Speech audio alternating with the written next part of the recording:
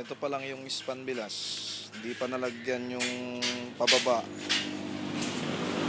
Ang nakumpleto lang dito itong isa, nasimulan tong tatlo. Ito naman napalinis na nila to eh. Napalinis na itong mga pagipagitan. Yung design hindi pa nailagay. Ayan.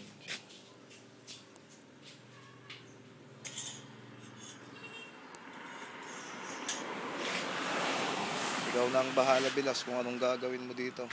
Kasi hanggang ngayon hindi pa tapos. Ikaw na ang bahala. Yan yung mga span, 4 yan.